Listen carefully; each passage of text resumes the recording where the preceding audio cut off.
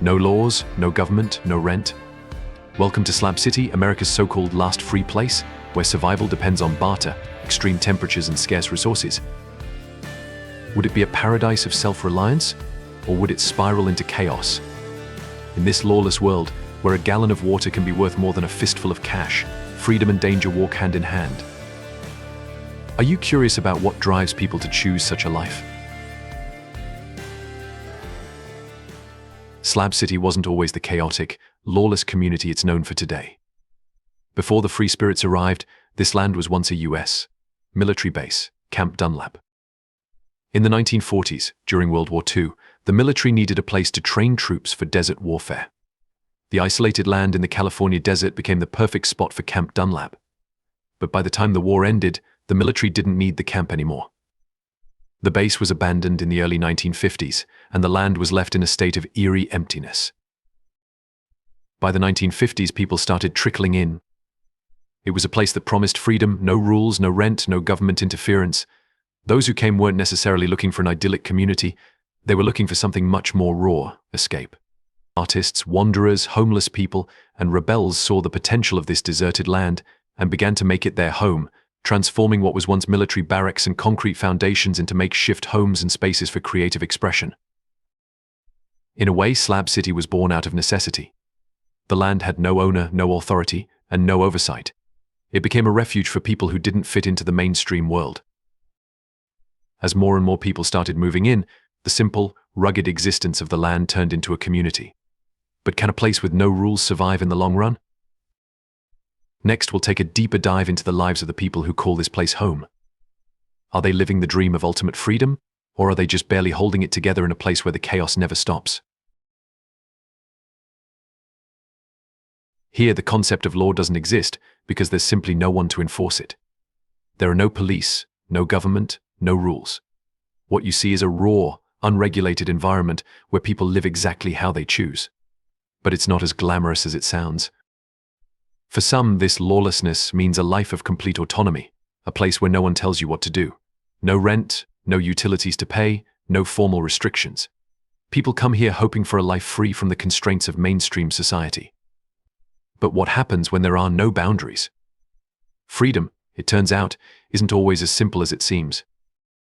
While the promise of freedom is alluring, it comes with significant sacrifices. Without any law or oversight, residents are left to fend for themselves. There's no trash collection, no water supply, no electricity unless you've managed to hook up a solar panel or a generator. The desert sun and the wind can strip the paint off your walls. Yet for many, the trade-off is worth it. One special thing: money doesn't exist in Slab City. Need food or water? You don't go to the store with cash but with barter. A can of beans might get you some shade in the heat of the day. A tire could score you a few gallons of water from someone who has a stash. One resident, Tom, a former trucker, explains, "You got to learn to make do with what you have." It's not about money here, it's about helping each other out. A guy might have a ton of water, but he can't eat. So I'll trade him food for a gallon or two. This barter system isn't just practical, it's part of what makes the community feel real, as they rely on each other to get by. But it's not all easy trading and good neighbors. With no law, disputes often escalate without any authority to step in. It's a place where personal responsibility is crucial, but so is the ability to defend yourself. Life in Slab City isn't for the faint of heart. Some residents feel trapped by their circumstances as there's no safety net if things go wrong. Could you live a day in a world like Slab City? Comment yes or no and feel free to share your thoughts below. But are they living out their version of freedom, or are they just hard by in a lawless wasteland? And what happens when the lines between freedom and chaos start to blur? Stay tuned. While Slab City offers unparalleled freedom, it also comes with a dark side that's not often talked about: the dangers lurking in a lawless environment. In a place where rules don't apply, crime often thrives. Petty thefts are a daily occurrence, and the lack of law enforcement creates an environment where restricted substance deals, confrontations, and even risk can happen without anyone to step in. One example of this is the 2021 of Poe Delwyn Black. Poe, a well-known and respected resident, was passing under mysterious circumstances, and to this day the case remains unsolved. The absence of police means that, like this often go, leaving a sense of uncertainty hanging over the community. This case is just one of many where the lawlessness of Slab City. In 2023, the FBI reported that crime rates in unregulated regions, like areas near Slab City, have been steadily rising as more people turn to self-governance in the absence of authorities. Despite this, many residents of Slab City insist that they feel safer in their isolated community than they would in a city governed by law. How? Because the people here rely on each other. There is an unwritten code of conduct that residents follow among themselves that helps maintain some sense of order. Neighbors look out for one another, and while it's not perfect, it's what people have to work with. In the absence of police, this communal vigilance is often all they have to protect themselves. But even that doesn't always work. A lack of oversight means that disputes, big or small, can escalate quickly. Tensions run high in Slab City, and without any formal structures to mediate, fights can spiral out of control. For some, this is the price of living in a place that promises pure freedom. What happens when the balance of trust and survival is threatened? In the next section, we'll explore the ways residents cope with this dangerous reality and what happens when the fragile peace in Slab City finally breaks. The price of freedom is certainly not cheap, but what other challenges do they face? But before we get started, I have a 10-second request for all of you. If you can help us out, please hit the subscribe button and turn on the notification bell so you'll always be the first to get our new videos and exciting content. This would mean a lot to us. In return, we promise to keep making this show even better for you. Do we have a deal? Living in Slab City means face-to-face in one of the harshest environments imaginable. The desert heat is unforgiving, regularly reaching over 120 degrees during the summer months. The sun beats down relentlessly, and even the most basic tasks become a battle against the heat. Those who settle here must adapt to survive. To make life in these extreme conditions bearable, residents of Slab City use a variety of makeshift cooling systems. Tarps are strung up for shade, trailers and small shacks are insulated with whatever materials people can find, anything to block out the sun and keep temperatures inside livable. Many rely on DI air conditioning systems, often using fans, ice or water hoses to cool down their living spaces, but even these measures are temporary solutions. At night, the heat doesn't always let up, and the desert's dry air can feel suffocating. But the real challenge? Water scarcity is a daily reality. Most of the water in Slab City is hauled in from nearby towns, a costly and time-consuming process. For those who can't afford to have it trucked in, every drop of water is a precious commodity. Residents often rely on rainwater collection systems, catching whatever they can during the rare desert storms. And these rains, when they do come, don't last long enough to make a significant difference. Yet, despite these hardships, life continues. Survival in Slab City is a mixture of creativity and grit. Those who make it work do so by constantly adapting, learning from the environment, and relying on their resourcefulness. As we move forward, we'll explore how the people of Slab City form a sense of community amidst these extreme conditions. Can a place this isolated and inhospitable ever feel like home? Stick around to find out. One of the most appealing aspects of life in Slab City is the freedom it offers. The freedom to live without rent, without the constraints of land ownership, and without a landlord breathing down your neck. Imagine a place where the concept of property doesn't exist. You can live anywhere you want. No need to sign a lease, no need to pay for land that isn't truly yours. In Slab City, all you need is a spot to call your own, and you can start building your life from there. But freedom in Slab City isn't without its complications. Sure, you're free from society's demands, but that freedom comes with its own set of harsh realities. With no infrastructure or access to basic utilities, residents must become self-sufficient in every sense of the word. Water, electricity, and even basic shelter are all things you have to figure out for yourself. The barter system, which we talked about earlier, is often the only way to survive, and it's not uncommon for people to rely on whatever materials they can scrounge up. That's where the ingenuity of Slab City residents comes in. Without the need for permits or permission, people build homes out of anything they can find: old trailers, scrap metal, discarded wood, or even junk. The creativity and resourcefulness here are unmatched, but so are the challenges. Weathered trailers may offer shelter, but they're also prone to breakdowns. Metal can become unbearably hot in the desert sun. But in Slab City, it's all about making do with what you have. This unregulated environment offers a level of freedom that many crave, but with that comes the constant pressure of surviving day by day. Is this freedom worth the struggle? That's a question each resident must answer for themselves. What would you build if you had the freedom to create anything? Share your thoughts in the comments below. What do you do when you're living in the middle of the desert, surrounded by harsh conditions? In Slab City, art isn't just a hobby, it's a lifeline. It's a light to survive, express yourself, and even defy the chaos that surrounds you. One of the most iconic examples of this spirit is Salvation Mountain. Built by Leonard Knight, a man who spent over 30 years creating this vivid, multicolored masterpiece, Salvation Mountain is a symbol of faith, love, and perseverance in a place where both nature and society seem to have forgotten. Nestled in the desert, this giant man-made hill is painted with biblical verses, bright flowers, and the words "God is love" covering the entire structure. Knight's creation was a labor of love and a personal testament to his beliefs. What started as a simple sculpture grew into a beacon of hope for some and a curious attraction for others. Despite its remote location, Salvation Mountain draws thousands of visitors each year, making it one of the most unexpected landmarks in America. But the creativity doesn't end there. East Jesus, located just a short distance away, offers a very different take on art in Slab City.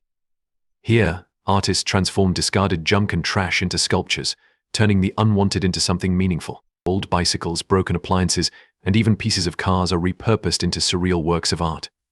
At East Jesus, creativity thrives in the form of expressive rebellion. Every sculpture has its own story, shaped by the harsh desert landscape and the people who call this place home. It's a reflection of Slab City itself, a place that turns society's waste into something uniquely valuable. In Slab City, art isn't just about beauty or decoration, it's about survival. It's a way of expressing individuality in a place that offers no guarantees, no shelter, and no comforts. Art becomes a tool for resilience, a way to make meaning out of struggle. In the same way residents scavenge for food or water, they scavenge for inspiration, finding beauty in the wreckage of discarded things. The struggle to survive is real. But through these works of art, people declare that even in the harshest conditions, their spirit cannot be broken. But what does it mean when survival itself becomes a form of art?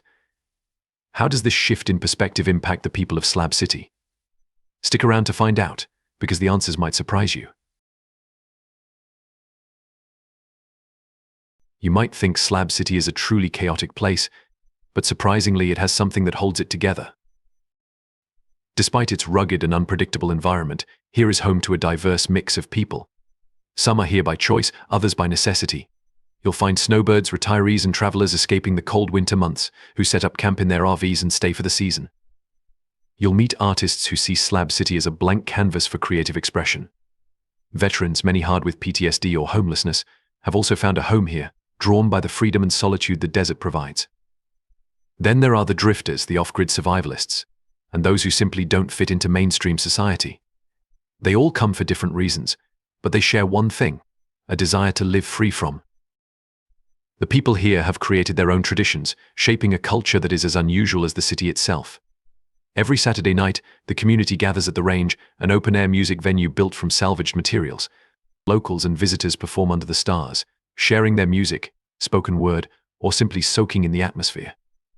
Scavenging is another way of life here, not just for survival, but for creation. Residents build their homes, furniture, and even art from discarded materials, proving that in Slab City nothing truly goes to waste. Perhaps the most unexpected tradition is the Slab City prom.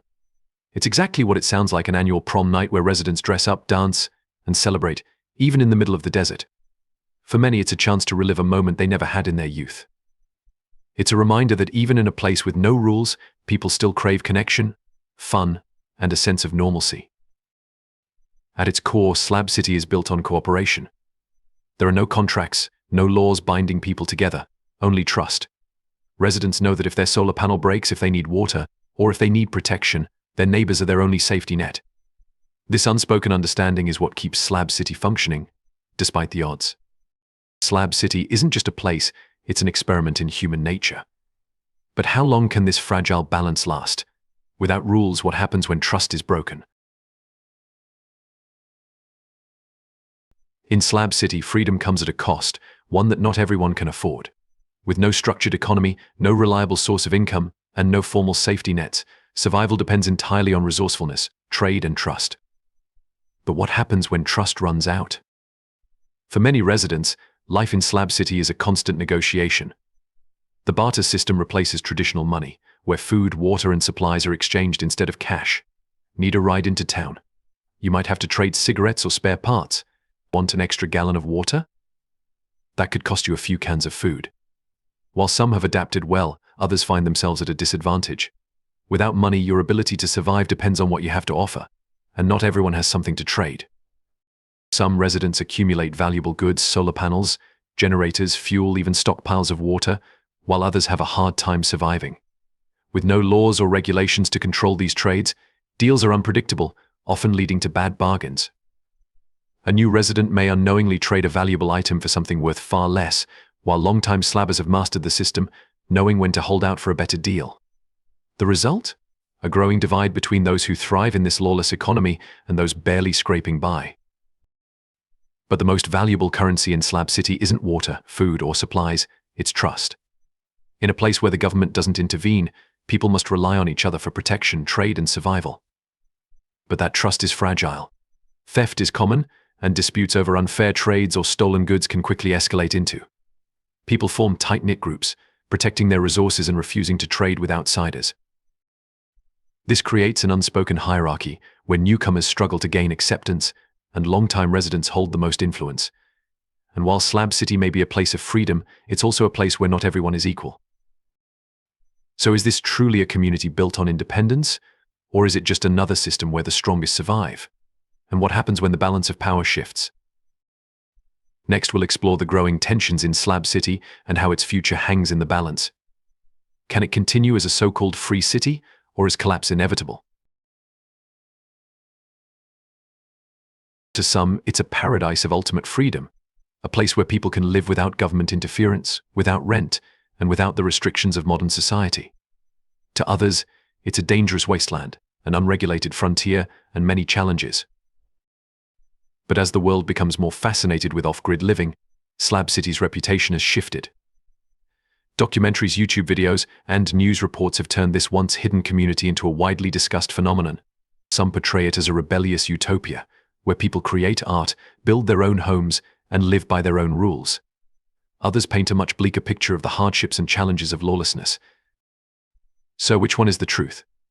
In recent years, Slab City has seen an influx of visitors, influencers, and urban explorers drawn in by the mystique of the last free place in America.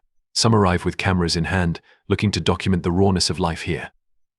Others are simply curious, they want to see if they could handle the lifestyle themselves. But not all residents welcome the attention. Many longtime slabbers worry that this surge of interest is changing the very fabric of the community. Increased tourism brings outsiders who don't always respect the unwritten rules of Slab City. Some come looking for a spectacle, treating the city like an attraction rather than a home for real people. Others bring the very elements Slab City was designed to escape: commercialism, law enforcement, and outside interference. Some residents embrace the visitors, offering tours or selling handmade crafts to earn an income. But others see it as a threat. More eyes on Slab City mean more potential for regulation, more reasons for the government to step in and change things. Despite these challenges, the residents who have built their lives here are actively working to keep their independence.